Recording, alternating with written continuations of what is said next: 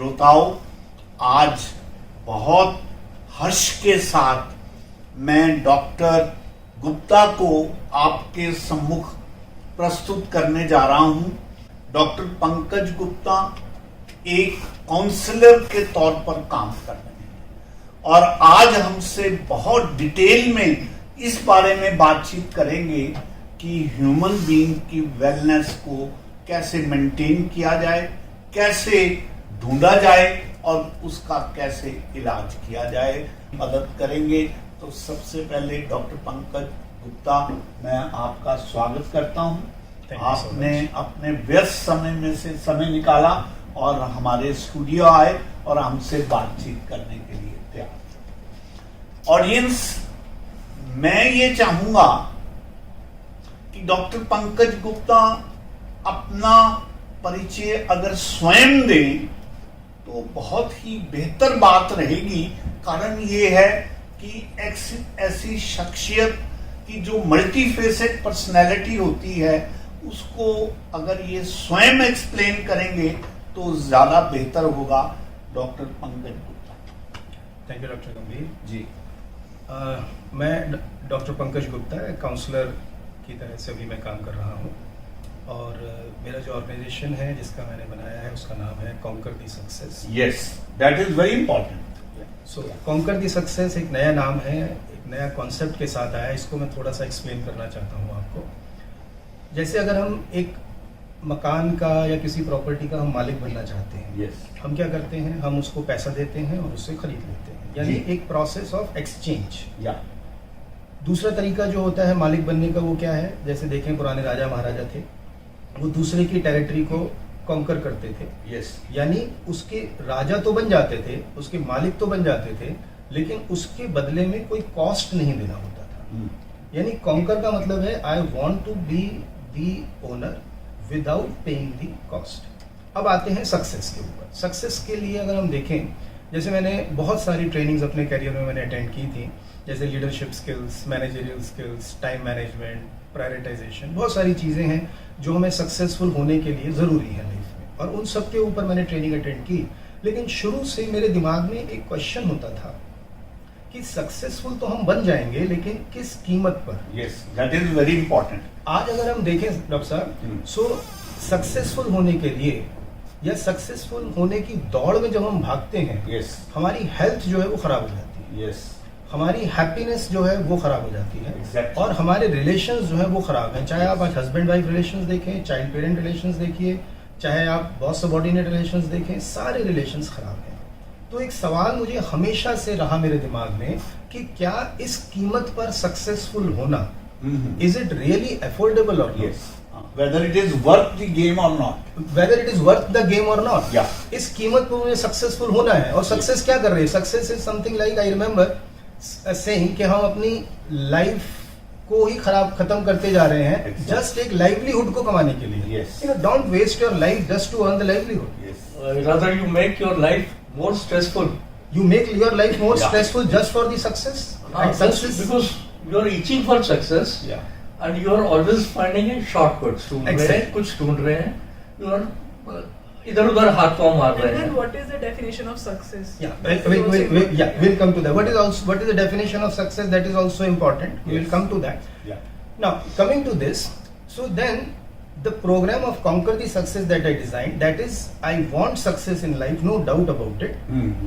Together with success, I want health, happiness and relationship. I am not ready to pay the cost in terms of health, happiness and relationship to get the success. So I could say Conquer the Success is basically maintaining a balance Yes. between the 4 dimensions of life: Yeah. success, health, happiness and relationship. Yes. Now coming to your question that how we say success. Success actually is a very widely defined and explained terminology, And relative as well. and relative as well from a person to person. Yeah. But just to come on a common platform that what success is, हम देखें तो हर इंसान जब पैदा होता है he is financially dependent, right. यानी उसका जो खर्चा है, उसका जो एक्सपेंसेस हैं वो उसके पेरेंट्स टेक केयर करते हैं। फिर एक समय आता है जबकि वो अपनी पढ़ाई करता है और उसके बाद 22-23 साल तक आते आते वो एक फाइनेंशियल इंडिपेंडेंस में पहुंच जाता है, यानी उसके खर्चा पूरा करने के लिए उसके अपनी अर्निंग्स हैं, चाहे वो इनकम है चाहे वो अपना सैलरी है, what ever it is. Yes. लेकिन अगर हम देखें आज के टाइम पे, तो अभी कोरोना फैला हुआ है, कभी भी लॉकडाउन हो जाते हैं, jobs are at stake, even in the private sector if you see your job is secured only for the next 2 quarters. Right. आप एक क्वार्टर का टारगेट लेके चलते हैं, उसमें आप फेल हो सकते हैं, तो आपको रिकवर करने के लिए दूसरा क्वार्टर मिलता है। अगर आप दूसरे क्वार्टर में भी फेल हैं, then you are asked to go, right. So आपकी आज जो जॉब है, it is secured for maximum 2 quarters, right. इसका मतलब ये जो फाइनेंशियल इंडिपेंडेंट स्टेज है, ये डिपेंडेंट से बेटर है पर सस्टेनेबल नहीं है। Yes. क्योंकि अगर हम यहाँ से जरा भी गिरे तो हम डायरेक्टली फिर से जो है फाइनेंशियल डिपेंडेंस में पहुंच जाएंगे, राइट। तो हमें यहाँ से ऊपर उठना पड़ेगा। अब अगली जो स्टेट है, I say that is financial freedom. Financial freedom मतलब मुझे 7-8 साल जॉब करते हुए, बिजनेस करते हुए हो चुके हैं, मेरे पास कुछ एक किटी है अपने सेविंग्स की, यानी अगर मेरे पास कुछ ऐसा इंसिडेंस होता है कि मेरी जॉब नहीं रहती है या मेरी अर्निंग्स डाउन हो जाती हैं, मैं डिपेंडेंट नहीं बन रहा हूं, मैं जो है उन सेविंग्स का सहारा लेके I can survive for few months, right. This is obviously a better than the second stage. अब ये जो सेविंग है कितनी भी हो, it can not be infinite, पूरी जिंदगी तो सेविंग्स पे नहीं चल सकती।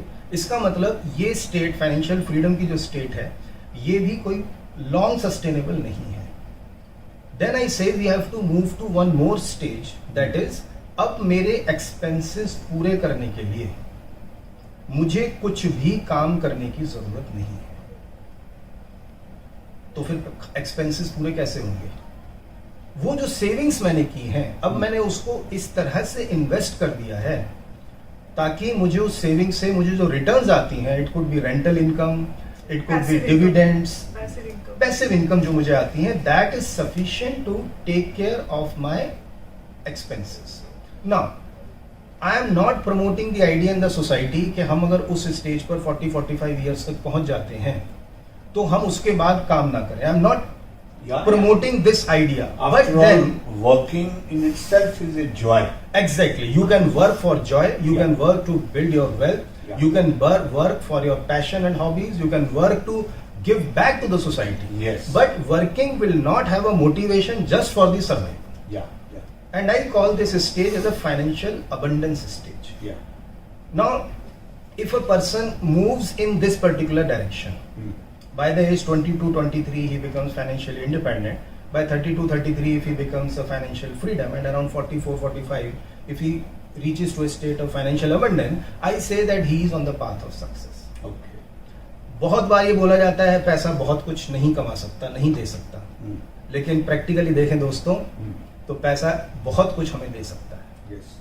सो मेरे लिए जब मैं सक्सेस की बात करता हूँ, अगर हम एक इस पर्टिकुलर लाइफ में जी रहे हैं, इस लाइन पर अगर हम प्रोग्रेस करते हैं, I say that we are on the path of success. और इसी दौड़ के लिए, फाइनेंशियल अबंडेंस तक पहुंचने के लिए हम अपनी हेल्थ, अपनी हैप्पीनेस, अपने रिलेशंस को खराब कर देते हैं। Money is everything, but it should not be the end of life. It should not be the end of life. Because relations, everything matters. Yes. At the cost of money, you should not leave all those things. Exactly. That's why I say conquer the success is a balance. You have to balance the success with the relationship, with your own happiness, and with the health. Yes. Dr. Pankaj, there is a bit different viewpoint which I put it in my shayari. जी sir. यहाँ दौलत वालों ने जिंदगी में अलग से क्या पा लिया, यहाँ भरपेट खाने वालों ने अलग से क्या खा लिया। जिंदगी के स्वाद यहाँ भूख में वाबस्ता हैं, जिसने खुद को गवा दिया उसने ही पा लिया। It is such a stage which you call it the final stage when you start giving back to the society. Exactly. But it comes only after you yourself is satisfied as far as your financial needs. Exactly. Now coming back to your expertise, doctor साहब आप as a counselor काम कर रहे हैं, would you please tell our audience since when you are doing this what? Okay. So my total experience is 28 years, Okay. and for last 12-15 years I am in the field of counseling. Okay. So, Dr. Sir, now to make our audience understand, what are the various techniques or stages with which you handle your patients? Okay. If we see, we exist at many levels. Okay. For example, we are having a conscious mind. If you start with the mind, then we have a conscious mind which is very small, just 5% of the mind. और ये जो conscious mind है, ये क्या करता है, इसका काम है डिसीजन लेना, थिंकिंग, जो हमारी सोचने की क्षमता है वो कॉन्शियस माइंड है. हम सोचते क्या है, मेरे लिए सही क्या है, गलत क्या है, अपने लिए हम डिसीजंस लेते हैं, एनालिसिस करते हैं, रीजनिंग करते हैं. ये सारी चीज़ें हमारी 5% कॉन्शियस माइंड से होती हैं. और कॉन्शियस माइंड में इनपुट्स कहाँ से आती हैं, जो हमारे सेंस ऑर्गन, जो हम हाथ से टच करते हैं, आँख से देखते हैं, सुनते हैं, वो सब हमारे कॉन्शियस माइंड में आता है. राइट. अब कॉन्शियस माइंड क्योंकि लॉजिकल है, Okay. तो जब हम इसके ऊपर काम करते हैं, that is called counselling. Counselling का मतलब क्या होगा? Counselling means giving a new logic और giving a new perspective to look at life. देखो, काउंसलिंग कराने के बाद भी किसी की लाइफ में कोई चेंजेस नहीं आने वाले. Yeah. Yeah. लेकिन हम फिर क्या करते हैं काउंसलिंग में? अगर हम किसी की लाइफ को नहीं बदल सकते तो फिर क्या करते हैं काउंसलिंग में? काउंसलिंग में उसका नजरिया चेंज करते हैं. Yes. You have the same incidences in life, Yeah. लेकिन हम किस नए पर्सपेक्टिव से उसको देखते हैं, Yes. So that happiness starts coming in our life. Right. तो एक तो मैं काउंसलिंग लेवल पर मैं काम करता हूँ, at the conscious mind level. Right. दूसरा यह है कि I am also a trainer. Mm-hmm. We provide soft skill trainings. Okay. Trainings भी जो है प्राइमरीली काउंसलिंग की तरह ही लॉजिकल माइंड, कॉन्शियस माइंड पर काम करती है. डिफरेंस थोड़ा सा ये है कि ट्रेनिंग में I have say audience of 20-25 people. I go with a subject, with an agenda. I go with a syllabus to cover. And said, I have heard after Corona, like many youngsters, they are suffering from anxiety. Any person you meet, every second person is suffering from anxiety, especially in the last 2 years. Does Corona really have an like post effect of anxiety? Is it true or is it just some rumor kind of? Anxiety क्या होती है, पहले उसको समझते हैं थोड़ा सा. Anxiety का मतलब ये होता है कि जब हमें लाइफ में एक डिसीजन लेना है और डिसीजन लेते समय जब हमें अनइजीनेस की फीलिंग होती है, that uneasiness is known as anxiety. हम कब कंफर्टेबल होते हैं ऐसे डिसीजन लेने के लिए? जब हमारे पास कुछ रेफरेंसेस हैं, हमारे पास कुछ पास्ट एक्सपीरियंसेस हैं, कुछ सैंपल्स हैं. Yeah. उस सैंपल्स के हिसाब से जब हम डिसीजन लेते हैं तो हम आसानी से डिसीजन ले पाते हैं और हम एंजाइटी में नहीं होते. राइट. अब कोरोना ने क्या किया? कोरोना ने क्या किया कि वो जो हमारा लाइफस्टाइल था वो एकदम से सडनली चेंज कर दिया. हम सब लोग अपने अपने घरों में बंद हो गए. Fortunately mobiles were there, otherwise there was no physical. तो यानी वो जो हमारी सोशलाइजिंग नीड है वो हमारी कहीं पे ना कहीं फुलफिल नहीं हो पाई. मतलब क्या हुआ, इस कोरोना ने हम सबको एक ऐसे एनवायरनमेंट में, एक ऐसी सिचुएशन में डाल दिया जिसका हमारे पास पहले कोई एक्सपीरियंस नहीं था. अब माइंड को उस सिचुएशन में डिसीजन लेना है. Like for example, you want to celebrate the birthday of your child. Normally हम लोग क्या करते हैं, इतने साल से हैं, तैयार हुए, we just go to a restaurant and have a party. अब क्या है, आपको बच्चे का बर्थडे भी मनाना है लेकिन बाहर आप जा नहीं सकते हैं, तो अब क्या करना पड़ेगा? You to think. ऑनलाइन आपको घर पे खाना मंगाना है, आपके कुछ बहुत क्लोज रिलेटिव्स हैं, आपका दूसरा बेटा है जो कहीं बाहर सेटल्ड है, you also want him to be in the party, so how he can come in the party. तो आप उसको एक जूम मीटिंग लगाएंगे. I mean, so it change the life so suddenly that now the decision taking process has become a bit new and challenging. Yes. So that obviously is, and I tell you, corona phase and after corona I get maybe the same. For example, if I say the husband wife relationship, I was getting the husband wife relationship counseling situations before corona also, after corona, but there is a major change in that. What is the change? Yeah, so what is the change? Initially the main problem was that, doctor, my partner does not spend quality time with me. That is the reason of fight. And now He is 24/7 in front of me, even if we are working from home, but we have to see the face of my partner. आपके भी cases बढ़े होंगे after corona? Actually, domestic. Husband wife relation, domestic. I do not particularly deal in matrimonial cases, Okay. but yes, I mostly deal in corporate. But yes, domestic violence, if you read the newspapers and all, domestic violence cases, They have increased. Yeah, they increased a lot, not only physical, mental, in every way. So if you see the statistics, so there are many cases of domestic violence reported, and I have seen around me also many divorce cases, divorces Yeah. happening. That's right. So basically, anxiety is there wherever there is a change of situation and you have to take a decision. Uneasiness experienced during taking a decision is called anxiety. So, This answers the Dr. question. coming back to the track, when you start counseling the people or your patients, so the first stage is you call them in your clinic and you keep on getting from them their all details about their personal life, about their thinking or about their problem.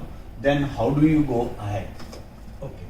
So what happens is that when a person comes to me, so as Ji. I was explaining you, Ah. that whatever names we take, whether we say anxiety or depression or relationship, it gives us one feeling, that is unhappiness. Yeah.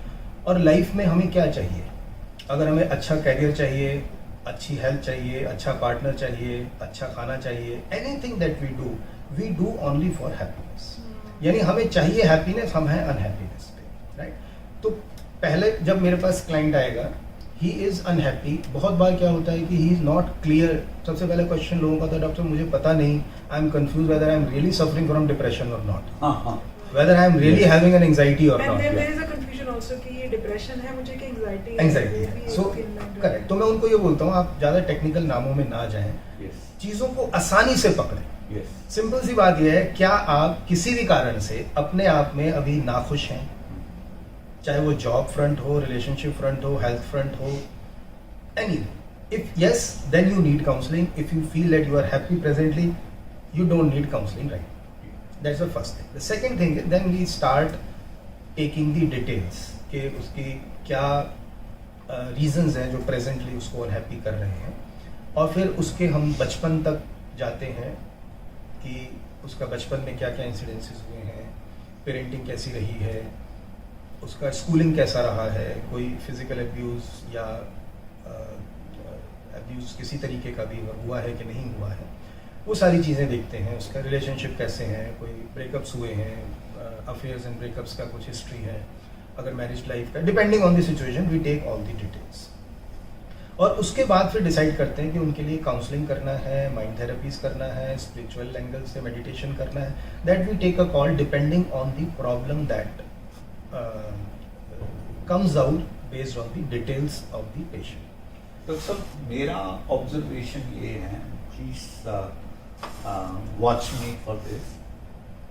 आमतौर पर लोग ये तो कह देते हैं कि भाई हम we are unhappy, but they don't have any benchmark for happiness. Even my question was this, what is happiness actually? Yeah. But then I think sir has already kind of answered that happiness is financial abundance. Maybe sir you can answer.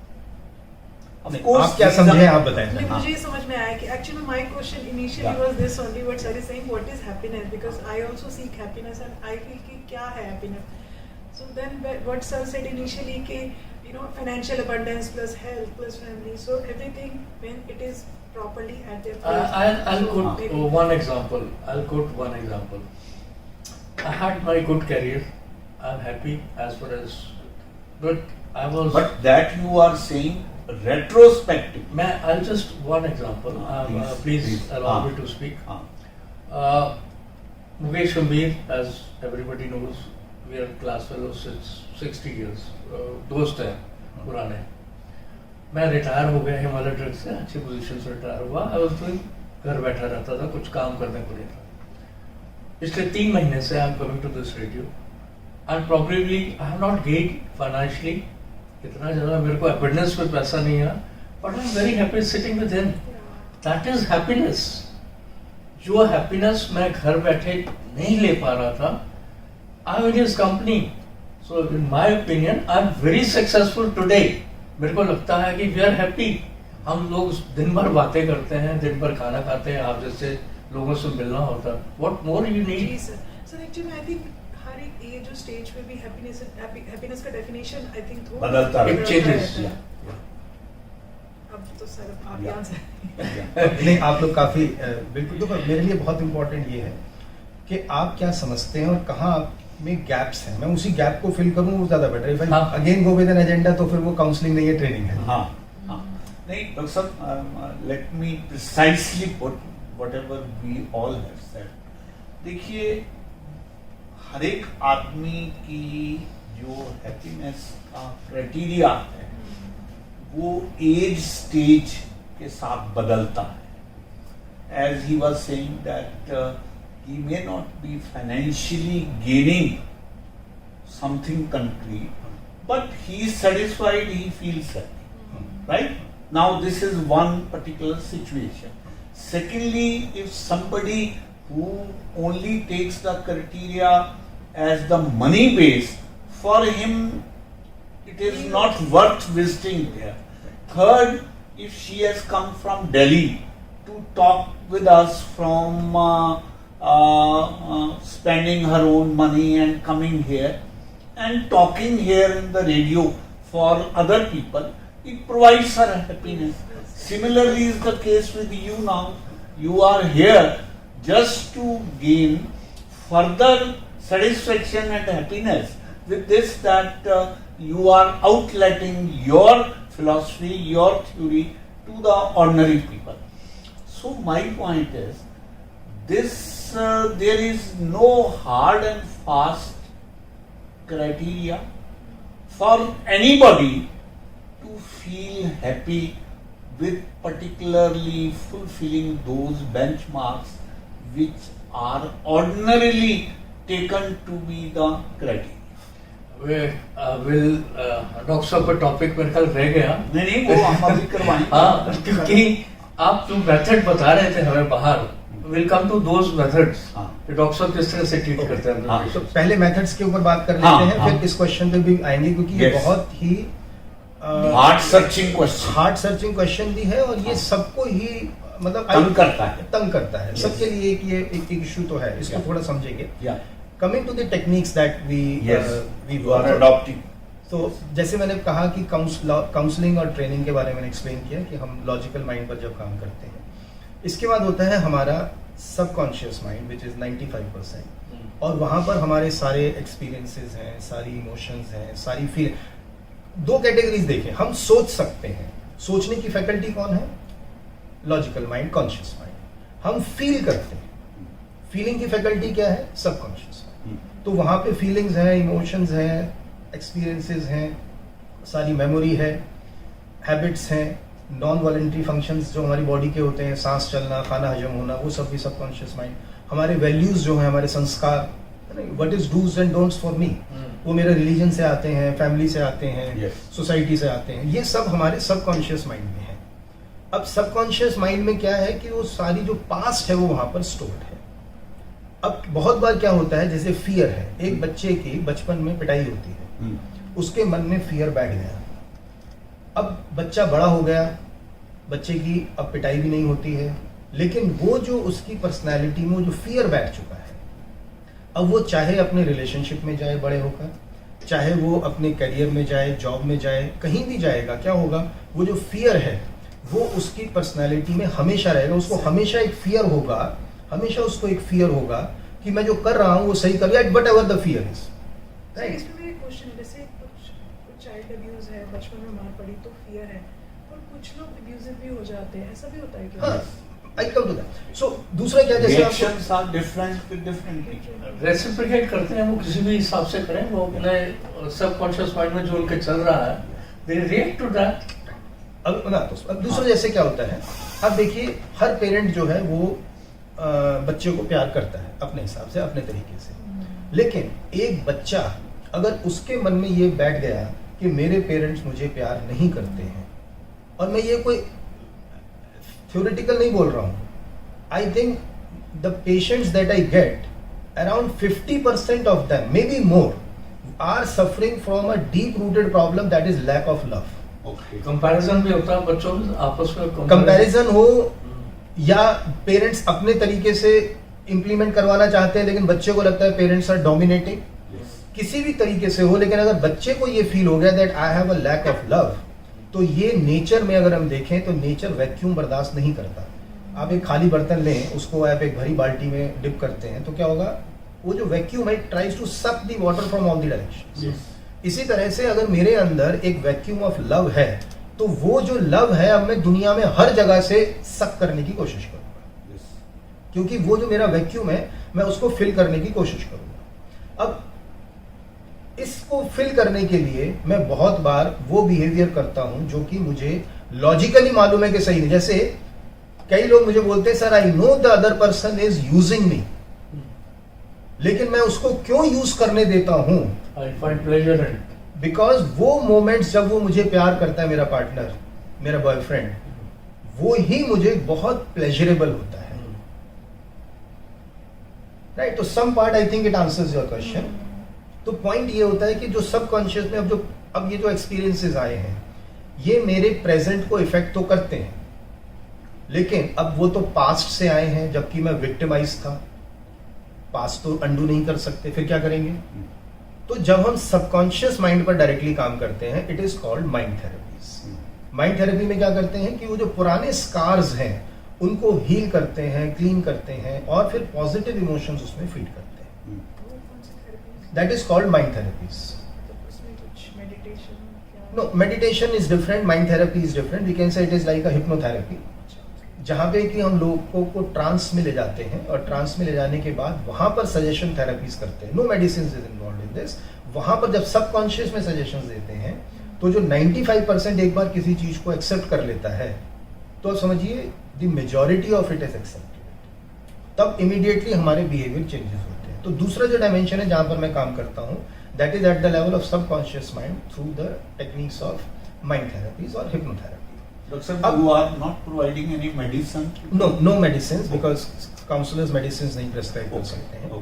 दूसरी चीज क्या होती है, अगर हम subconscious में जाएं तो हमारे पास पिछले जन्मों की मेमोरीज भी उसमें होती हैं और बहुत सारे केसेस ऐसे भी होते हैं जिनका जो रीजन ऑफ अनहैप्पीनेस है that is coming from the past. जैसे एक पास्ट लाइफ रिग्रेशंस। जैसे एक मैं आपको कॉमन चीज बताऊंगा, जैसे ट्रॉमा ना, फियर और ट्रॉमा में क्या अंतर होता है। फियर का मतलब ये होता है कि आपको कोई उसका बैड एक्सपीरियंस है, जब वो चीज आपके सामने आती है आपको वो बैड एक्सपीरियंस फिर से ट्रिगर करता है, वो it creates unhappiness feeling in you. अब नॉट ट्रॉमा, सॉरी, फोबिया। अब आप बोलते हैं हाइड्रोफोबिया। हाइड्रोफोबिया का मतलब क्या है कि पानी से डरना। आपका कोई इस लाइफ में एक्सपीरियंस नहीं है कि पानी ने आपको कोई नुकसान पहुंचाया हो या डूब गए हो या डूबते डूबते बच गए हैं। फिर ये कहां से आता है? It means it is coming from some bad experience with water in the past life. Fire से होता है, क्लस्ट्रोफोबिया होता है। तो प्राइमरीली फोबिया के जो केसेस होते हैं उसके लिए तो हमारा पास्ट लाइफ रिग्रेशन बहुत ज्यादा इफेक्टिव है। Rest on case to case. Even in relationship also past life regression sometime helps. Even in habit corrections also it sometimes helps. So problem होती है ना, he or she doesn't want to go to the therapies, और जो उसका partner है और may be family members है, they actually suffer और their mental health is also affected.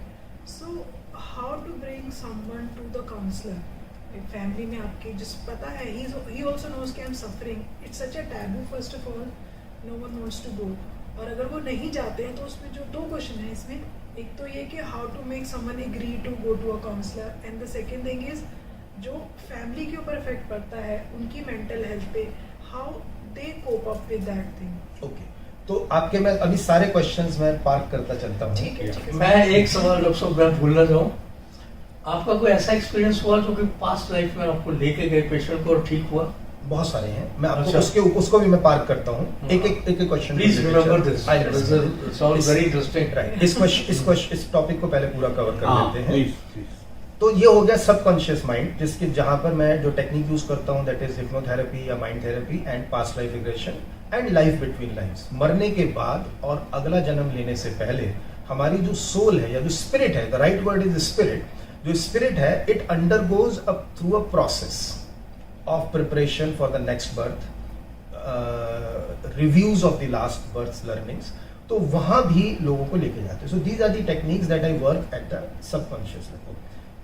दूसरी बात क्या आती है कि माइंड और बॉडी हमारी तब तक काम नहीं करेगी जब तक कि एक इनविजिबल फ्लो ऑफ एनर्जी नहीं है. जैसे आप सोचें यहाँ पे इस स्टूडियो में बहुत सारे इलेक्ट्रिकल अप्लायंसेज हैं, सबका सर्किट ठीक है, लेकिन अगर लाइट चली जाएगी तो भी ये काम नहीं करेगा. राइट. तो किसी भी इक्विपमेंट को काम कराने के लिए क्या चाहिए? दो चीजें चाहिए. पहला, उसका एक सर्किट ठीक होना चाहिए. दूसरा, उसमें एक फ्लो ऑफ एनर्जी होना चाहिए विच इज इनविजिबल. इसी तरह से ये जो ह्यूमन बॉडी है, माइंड है, ये सर्किट, इसका हेल्थ होना चाहिए ताकि ये परफॉर्म कर सके, लेकिन उसके साथ एक एनर्जी भी चाहिए. With this concept let us give a name to this energy. हम उसको सिर्फ डिविनिटी बोल सकते हैं, एनर्जी बोल सकते हैं, कॉन्शियसनेस बोल सकते हैं, सोल बोल सकते हैं, कोई भी हम नाम, स्पिरिट बोल, कुछ भी नाम दें. तो उस लेवल पर भी काम करते हैं. That is, I say, it is known as spiritual counselling, spirituality. Right. अब जैसे यहाँ पर एक चीज आती है कि दोनों में क्या डिफरेंस हो जाता है? साइकोलॉजिकल लेवल पर काउंसलिंग कर रहे हैं कि स्पिरिचुअल लेवल पर? अब साइकोलॉजी का जो बेसिक फाउंडेशन है वो कहाँ से बनता है? वो कहता है कि आज जो मेरा बिहेवियर है वो मेरे पास्ट के एक्सपीरियंसेस से गुजरा बनता है. पास्ट के एक्सपीरियंसेस औरों से होते हैं. मेरी पेरेंटिंग कैसी हुई, मेरी स्कूलिंग कैसी हुई. I was a small kid, I was just a victim. मेरे पेरेंट्स ने मुझे प्यार से ट्रीट किया कि मुझे पिटाई करके ट्रीट किया है. I was just a victim. लेकिन उसकी वजह से आज मेरा प्रेजेंट और फ्यूचर में मेरा बिहेवियर होता है. इसका मतलब क्या हुआ कि आई एम, माई बिहेवियर और my happiness is just a by product of the others behaviour towards me. अब अगर हम इसी लॉजिक को आगे कंटिन्यू करते हैं तो क्या हो जाएगा? जब तक दूसरे नहीं सुधरेंगे तब तक मैं खुश नहीं हो सकता. तो साइकोलॉजी जो है वो आपको एक नॉर्मल अनहैप्पीनेस पे लाके छोड़ देती है कि भाई इतने तो सभी दुखी होते हैं, इससे आप ज्यादा ठीक नहीं हो सकते. दूसरा लेवल जो आता है, दूसरा जो आता है वो आता है स्पिरिचुअल काउंसलिंग. स्पिरिचुअलिटी की अगर हम बात करते हैं, if I quote Gautam Buddha ने 4 आदि सत्य दिए. पहला वो बोलते हैं कि जीवन दुख है. हर आदमी का, आपका कारण अलग, आपका अलग, आपका अलग, मेरा अलग, सबका जीवन दुख है. दूसरा वो बोलते हैं कि अगर दुख है तो उसका एक कारण है, कारण है तो हम कारण का एक निवारण है, एक सॉल्यूशन है, उससे बाहर आ सकते हैं. The fourth which he says, which I want to address is दुख मुक्ति का उपाय है. यानी एक ऐसी अवस्था है जहां पर की, so the fourth thing which Gautam Buddha says, which is of importance in this context, वो ये है कि वो बोलते हैं दुख मुक्ति का उपाय, यानी जीवन में एक ऐसी अवस्था भी आ सकती है जबकि लाइफ में कुछ भी हो, आप दुखी नहीं हो सकते या आपकी खुशी बरकरार रहती है, which means guaranteeing happiness. और ये हैप्पीनेस जो गारंटी की बात है, I give guarantee of happiness to all my clients. I have no control over what are happenings in their life. उनके फ्यूचर में क्या होगा मेरे पास कोई कंट्रोल नहीं है. बुद्धिज्म में ऐसा भी कंसेप्ट है ना, मतलब आई हर्ड कि आप अगर आप चाहते हैं खुश हो तो आपके आसपास के लिए प्रे करो कि काइंड ऑफ उसको भी टेकअप करते हैं, पार करते हैं इस क्वेश्चन को भी. I know you are eager to know lot of things, लेकिन मैं चाहता हूँ एक एक टॉपिक को हम कवर करते चलें ताकि Probably we need 3-4 sessions with you. तो सर जो बात आप कह रहे हैं बीच में थोड़ा शायरी का पुट दे रहा हूँ. Please most welcome. जो बुद्ध ने आखिरी उत्तम में कहा, I put it like that कि दर्द ने समझा जो दी अब जिंदगी. Very good. दर्द ने समझा जो दी अब जिंदगी, जी भर के होती है अब बंदगी. आंखों पे छाई धुंध भी अब साफ है, कई रंग दिखला जो गई अब जिंदगी. ब्यूटीफुल जी. So, एक बात तो मैं बीच में भूल जाऊंगा. जब आपने बात कही कि डिप्रेशन के पेशेंट की, वो कहता है कि मैं अपने एनवायरनमेंट से तंग हूँ, मतलब डिप्रेशन में हूँ. तो you take family session also? We take family session. I come to that. So वो चीज जो मैं गारंटी करता हूं हर इंसान को, हर क्लाइंट को जो मेरे पास आता है, दैट इज अनकंडीशनल हैप्पीनेस. अभी क्या है, हम अपनी लाइफ में देखें, मेरी खुशी का जो बटन है वो दूसरे के हाथ में है. Remote control. हमने ये बटन दूसरे ने दबा दिया, मैं खुश. ये बटन दबा दिया, मैं दुखी. हमें वो रिमोट कंट्रोल ही नहीं, पूरा कंट्रोल अपने अंडर हाथ में लेके आना है।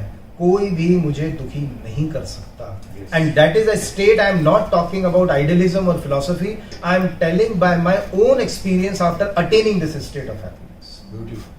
तो और दूसरा, अगर हम देखें रिटर्न हिस्ट्री के अंदर, जो सबसे पहला जो डिप्रेशन का पेशेंट है वो कौन है? वो कृष्ण है, सॉरी वो अर्जुन है ना। आप सारे सिम्टम्स आप देख लें डिप्रेशन के, वो अर्जुन के अंदर हैं। और सबसे पहले रिटर्न हिस्ट्री में जो काउंसलर है वो कौन है? वो कृष्ण। अब कृष्ण जैसा महापुरुष भी अर्जुन को डिप्रेशन से बाहर नहीं ला सकता बिना स्पिरिचुअलिटी को टच किए। So spirituality gives you a state of unconditional happiness, psychology takes you to a level of normal unhappiness. Krishna भगवान ने भी अर्जुन को सारे जन्म दिखा दिए, आप पुराने जन्म दिखा दिए ना, कि ये तू था, ये मैं था, जब वो उपदेश दे रहे थे उनको। तो अब आपके क्वेश्चंस को ले फिर एक एक करके। हाँ, पहला आपका सवाल था हमें कैसे पता लगे कि हम खुशी हैं, खुश हाँ, हैं। खुश हैं। वहां से लूँ या हाँ, नहीं, अब आप नहीं, पूछना नहीं, चाहते हैं नहीं, कोई और? नहीं, ठीक है सर। ठीक है।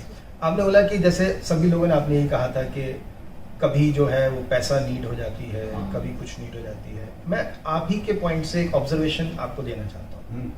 जब हम छोटे थे, एक 3 साल 4 साल का बच्चा है, उस बच्चे के लिए अगर वो अपनी पैंटी में सूसू नहीं करता है तो उसके लिए वो सक्सेस है।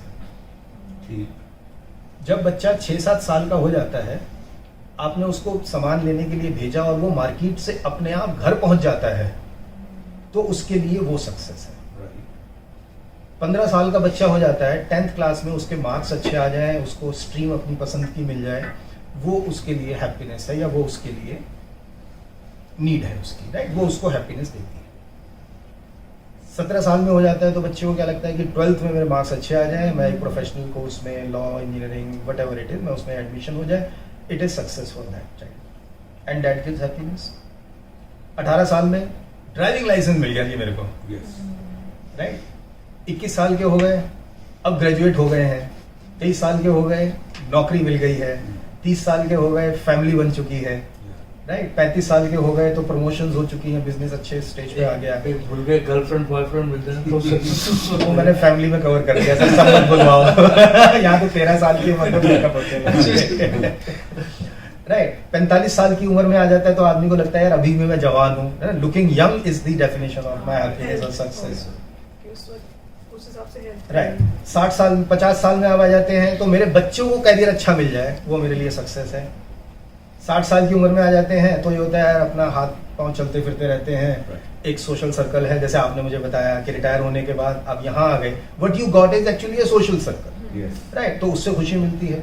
70 साल का आदमी हो जाता है तो उसको लगता है मैं अपना काम अपने हाथ से कर लेता हूँ, नहा दो अपने हाथ से लेता हूँ, वही उसके लिए सक्सेस है। इसका मतलब क्या हुआ, हर एज पर एक ही इंसान या अलग अलग इंसान अलग अलग समय पे अलग अलग उनकी जरूरतें हैं। जब वो जरूरत उसकी पूरी होती है तो हम उसको बोल सकते हैं दैट ही इज सक्सेसफुल। तो मेरी जो डेफिनेशन है वो मैं ये बोलता हूं, anything that we need if we achieve that, it means that gives me success. What I want, if I achieve what I want, that means success. अब होता क्या है, वही सक्सेस जो है हमें हैप्पीनेस देती है। अब होता क्या है, एक एज पर कोई मेरी वांट या मेरी नीड जो है वो फुलफिल नहीं हो रही है,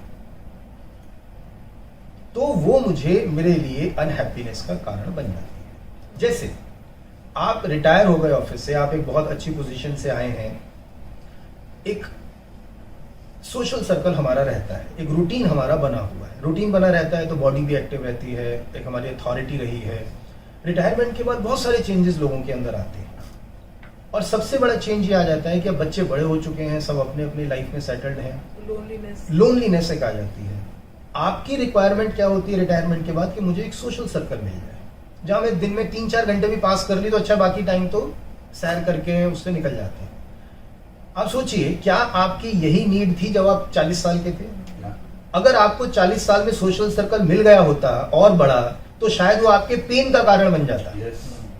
so point is, happiness is very Subjective. Subjective, और मैं अगर उसको जनरलाइज करने की कोशिश करूं, जैसे आप तीनों ने मुझे हिंट्स दे दिए थे तो मेरे को बहुत आसान रहा अपनी बात को कहने के लिए कि हम अपने आप को ऑब्जर्व करें कि हर एज में मेरी नीड अलग है। जब वो मेरी नीड फुलफिल हो जाती है तो आई एम हैप्पी, जब वो मेरी नीड फुलफिल नहीं है तो आई एम अनहैप्पी। दूसरी एक और बात बताता हूँ, आज क्योंकि हम हैप्पीनेस पे बात करने बैठे हैं तो आपने बोला हैप्पीनेस को डिफाइन करना बड़ा मुश्किल है। मैं ये बोलता हूँ, किसी भी इमोशन को आप डिफाइन कर सकते हैं क्या? मैंने आज तक लाइफ में कभी किसी से प्यार नहीं किया, अब मुझे बता दीजिए कि प्यार क्या होता है। मैं वही आपसे मेरा एक्चुअली मन में ही क्वेश्चन आता है, व्हाट इज लव? जैसे कहते हैं अनकंडीशनल होना चाहिए, पर अनकंडीशनल कैसे हो सकता है? So- we tend to expect all these questions. so आसान, ये बहुत लंबा वो सब्जेक्ट किताबी है, इसमें मैं बात करूंगा मैं। Unconditional से किताबी बात है हाँ, वही मुझे भी ऐसी लगता नहीं, है। मैं इस बात से सहमत नहीं हूँ कि अनकंडीशनल किताबी बातें हैं, लेकिन इस पे मैं This is my एक चीज experience, बोलूंगा, राइट, इसमें मैं सिर्फ एक ही चीज मैं बोलूंगा, किसी भी इमोशन के लिए उसको एक्सपीरियंस करना, उसको जीना बहुत आसान है, उसको समझना बहुत मुश्किल है। इसलिए मैं बोलता हूं सबसे बढ़िया, कोई पूछता है ना प्यार क्या है, खुशी क्या है, तो मैं बोलता हूं मेलोडी खाओ, खुद जान जाओ। एग्जैक्टली।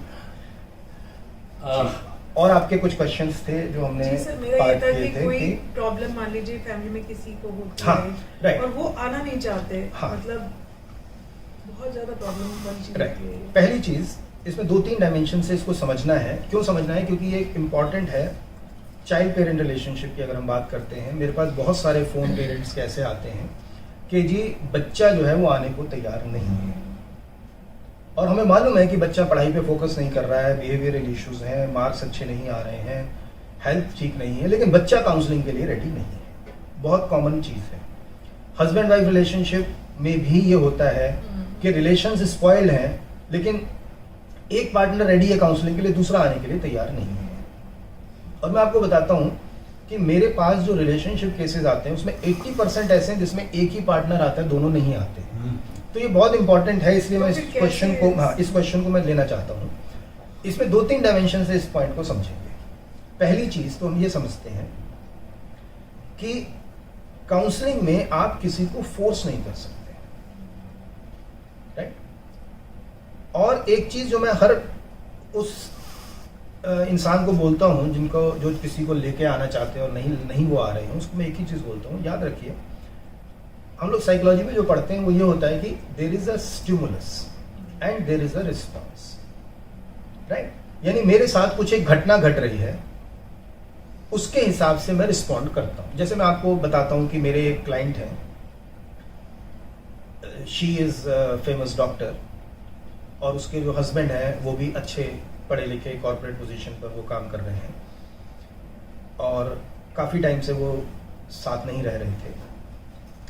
और वाइफ मेरे पास आई और उन्होंने बोला कि मेरे हस्बैंड जो है वो मेरे को मारते भी हैं और बहुत ज़्यादा अब्यूज़ करते हैं एंड थिंग्स लाइक दैट, और वो काउंसलिंग में आने के लिए तैयार नहीं है। सर मैं कैसे उनको लेके आऊँ? सर उनको लाने की ज़रूरत नहीं है, आप आ जाओ। Know what I told her, I said आपके हस्बैंड जो हैं मेंटली रिटार्डेड तो नहीं है। आप बोल रहे हैं कि कॉर्पोरेट में बहुत सीनियर पोजीशन पर काम करते हैं, इसका मतलब क्या होता है कि वो मेंटली रिटार्डेड तो नहीं है, वो सिर्फ रिस्पॉन्ड कर रहे हैं बेस्ड ऑन दी स्टिमुलस।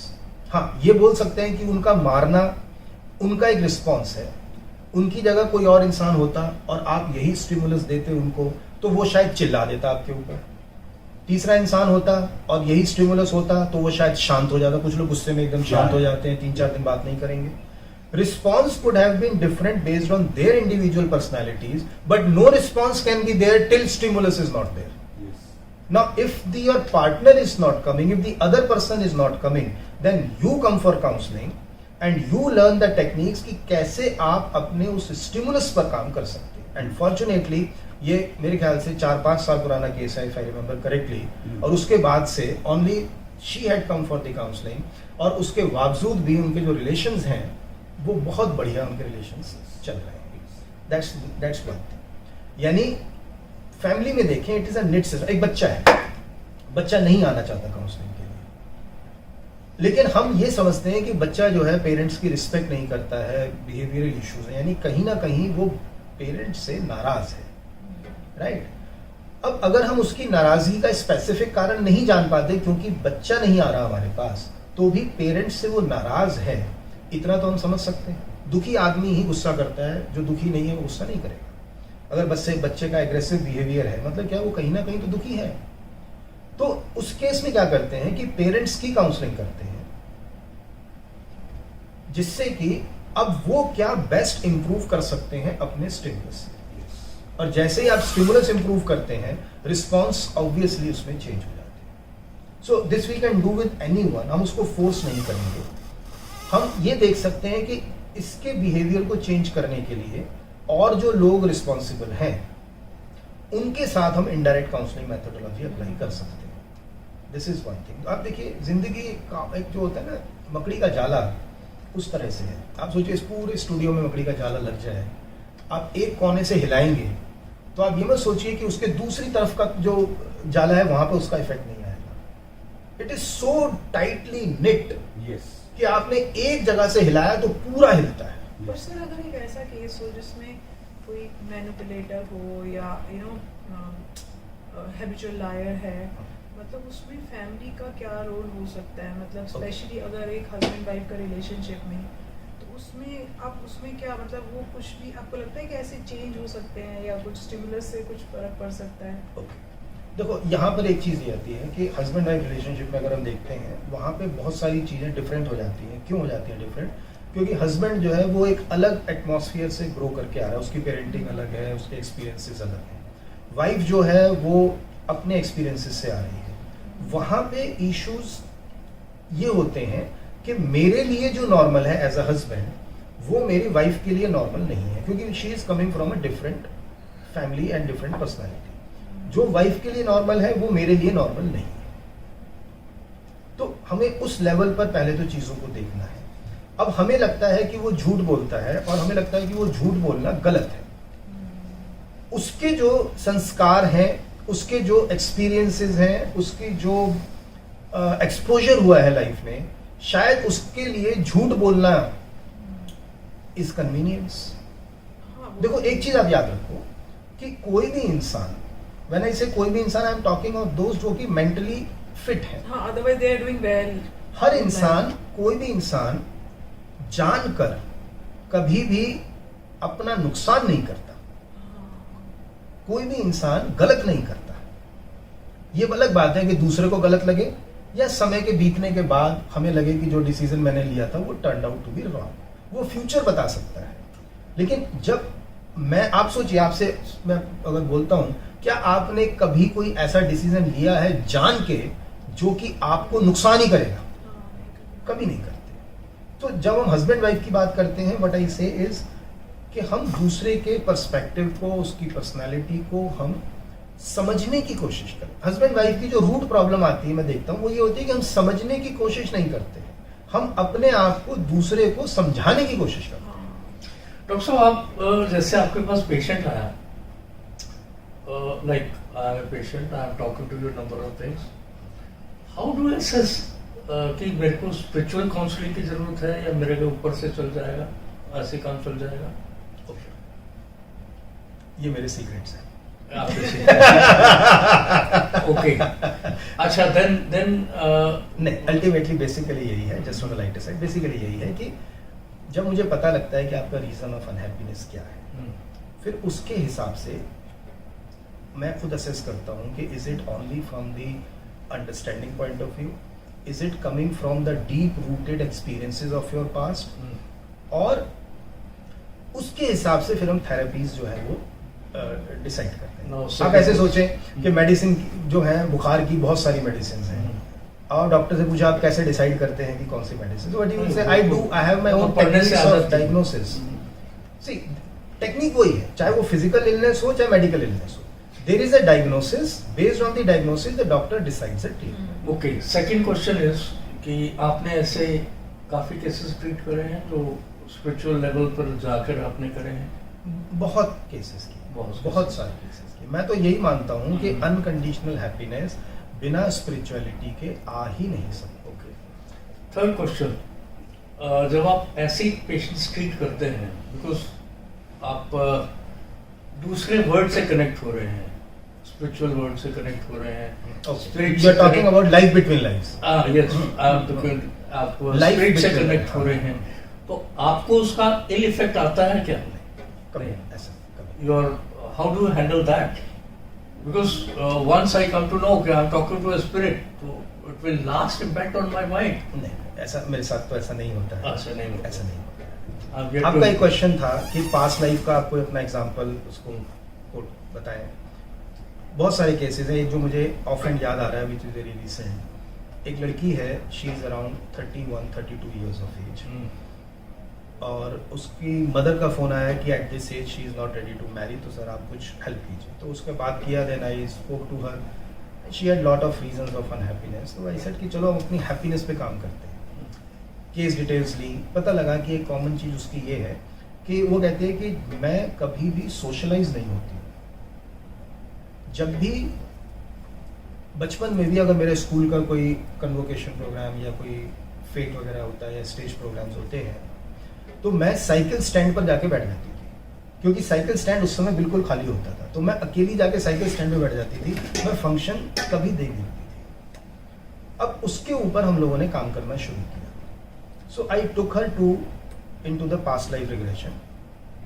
वहां पर उसको एक सीन दिखाई देता है, एक सिचुएशन उसको दिखाई देती है कि वो एक जगह लेटी हुई है और बहुत सारी उसको जाली जाली जैसा दिख रहा है, मतलब कुछ कवर्ड है जहाँ से वो झांक के कुछ देख सकती है, और उसको लग रहा है कि बहुत सारे लोगों ने उसको वहाँ पे घेरा हुआ है, राइट। और आगे बढ़े, देखा कि आप कहाँ पर लेटे हैं, क्या दिखाई दे रहा है, तो समझ में आता है कि वो जो है वो जिंदा है और उसको चिता पर लिटाया हुआ है, और गांव ने उसको आग लगा दी है। Then I asked a question, क्या आपको जान के जिंदा जलाया जा रहा है या आप किसी कोमा या बेहोशी की स्टेट में हैं, जिससे कि उनको भ्रम है कि आप मर चुके हैं और आप मरे नहीं। उन्होंने बोला नहीं, ये लोग जान के, because I was born in some bad उमर, और मैं 6-7 साल शायद मेरी उम्र है उस समय, और मैं जो है वहाँ पे मुझे जान कर जिंदा जलाया जा रहा है। Everybody is in a white dress, और वो सब कवर करके खड़े हैं, और थोड़ी देर में उसको चिता को आग लगा दी जाती है। And then she started screaming. I immediately took her to,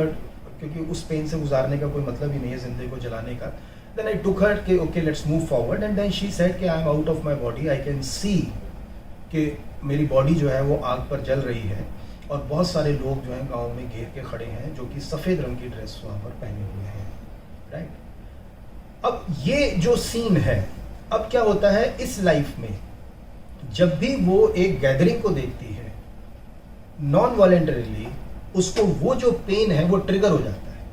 अब वो पेन, वो फिजिकल पेन फील नहीं कर रही है, कोई इमोशनल पेन भी फील नहीं कर रहे, she is feeling actually with a logical explanation, she is feeling my behaviour is bit unrational, कि मैं सब बच्चे पार्टिसिपेट कर रहे हैं, मैं क्यों पार्टिसिपेट नहीं कर रही हूँ। So when we heal that, obviously that, How do you like work on that? I mean, उसमें फिर वो होता है कि उसकी हीलिंग टेक्निक्स होती हैं, तो वहाँ पर हम उसको पास्ट लाइफ के जो वुंड्स होते हैं उसको वहाँ पर ही हम हील कर देते हैं, और फिर हील करने के बाद फिर प्रॉब्लम्स जो है वो इस लाइफ में खत्म हो जाती है, क्योंकि वो देखिए वो इस जन्म की प्रॉब्लम्स नहीं है। जैसे एक डॉक्टर माइकल न्यूटन है जो इसके ऊपर बहुत सालों से काम, आकाशिक रिकॉर्ड्स भी कुछ मैंने ऐसे आकाशिक रिकॉर्ड्स भी होते हैं, उसका भी एक डिफरेंट कॉन्सेप्ट है, हाँ, इसी से रिलेटेड है। आकाशिक रिकॉर्ड्स होते हैं, वो भी एक अलग कॉन्सेप्ट है। वो भी मैं एक डॉक्टर माइकल न्यूटन का एक केस में आपको मैं कोट करना चाहता हूँ। वो भी एक पास्ट लाइफ रिग्रेशन, करीब 41 साल उन्होंने इस टॉपिक पर उन्होंने रिसर्च किया है, काम किया, बहुत सारे पेशेंट्स उन्होंने हैंडल किए हैं। सो उनका मैं आपको एक एग्जांपल कोट करता हूँ, that a young girl of 25-26 years of age, now she walks into her office and she says कि मेरी ना थाई में पेन होता है। जितना भी मेडिकल वो था, न्यूरो को दिखाना है, ऑर्थो को दिखाना है, सब कुछ उसने कर लिया, and then physically she is found to be absolutely perfect. अब ये पेन हो रहा है, कहाँ से आ रहा है पेन? अब होता यही है कि जब सारी थेरेपी, सारी पैथीज फेल हो जाती हैं, तब लोग काउंसलर या पास्ट लाइफ रिग्रेशनिस्ट के पास आते हैं। अब जब उसको लेकर गए तो पता लगा कि एक किसी पिछले जन्म में she was a girl of 3 years of age, और वो एक अमीर परिवार से थी, उनकी चैरियट अपना होता था, बग्गी जो पहले होती थी ना वो, और उनका अपना चैरियट था with their own charioteer also. अब वो लड़की 3 साल की है, अपनी मम्मी की गोदी में बैठी है, और वो क्या करती है, वो जब चैरियट चल रहा है वो उसका दरवाज़ा लॉक खोल देती है, दरवाज़ा खुलता है, she falls on the ground, और चैरियट का जो लकड़ी का पहिया है जिसमें लोहा चढ़ा है वो उसकी थाई के ऊपर से गुजर जाता है और वो टांगें उसको कटवानी पड़ती हैं, and that birth she spent in a handicap stage. अब वो जो पेन है, वो पेन स्पिरिचुअल मेमोरी के थ्रू वो इस एज में भी बॉडी में मैनिफेस्ट कर रहा है। सिंस कोई फिजिकल कोई प्रॉब्लम नहीं है, when Dr. Michael Newton has healed her pain in that life itself, immediately when she comes out of the state of past life regression, her pain is gone. Wonderful. तो इसमें आप spirituality की बात करते हैं, मतलब इसमें रिलीजन का कोई वो नहीं है ना, मतलब देखो, रिलीजन और स्पिरिचुअलिटी दोनों all together they are different. तो श्रोताओं, मैं समझता हूं आज डॉक्टर पंकज गुप्ता के साथ जो हमारी बातचीत हुई है वो बहुत ही हम सब के लिए फायदेमंद साबित होने जा रही है। मैं इससे पहले कि इसको कंक्लूड करूं, डॉक्टर साहब, मैं जो आपकी सारी बातों से बात को समझ पाया, तो मैं इसको यूं निष्कर्षतः कहना चाहूंगा कि when I was a young, I used to think that I'll change the world. When I grew, I realized that the world cannot be changed by me. I decided that I'll change at least my country. Further, when I grew, I found that it is again impossible to change the country. So I kept my aim at district level. When I found that district level is not again changed, I reduced that aim to family. Ultimately, I said, once I change myself, and the day I decided that I'll change myself, the whole world stand changed.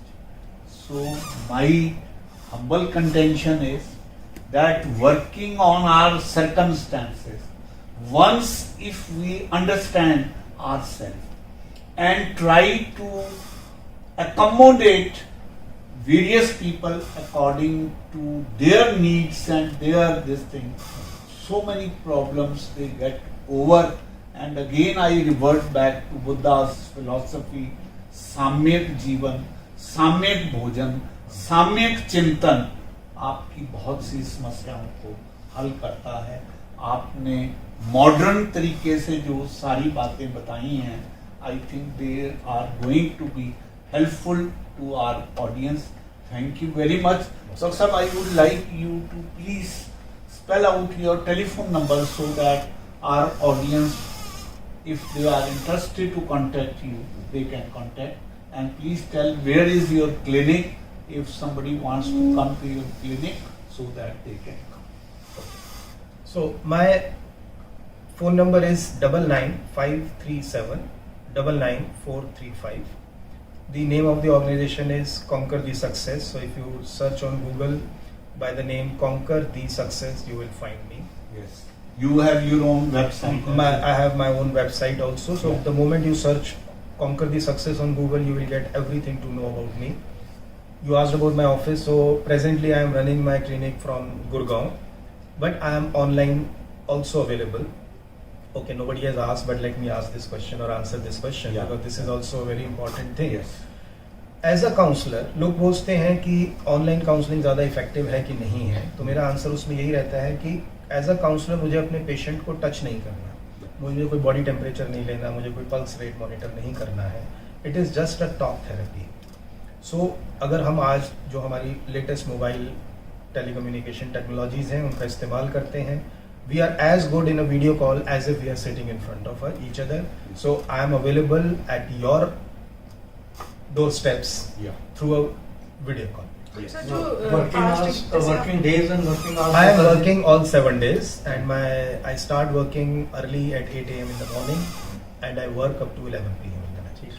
Sir जो therapies करते हैं वो तो online नहीं, online therapies भी हो जाती हैं. अच्छा, जो पास्ट लाइफ रिग्रेशंस भी ऑनलाइन मैंने की भी हुई हैं. सो not an issue. I have clients across the country. I have international clients also. बहुत सारे ऐसे हैं जो मेरी क्लिनिक पे कभी विजिट नहीं किया है.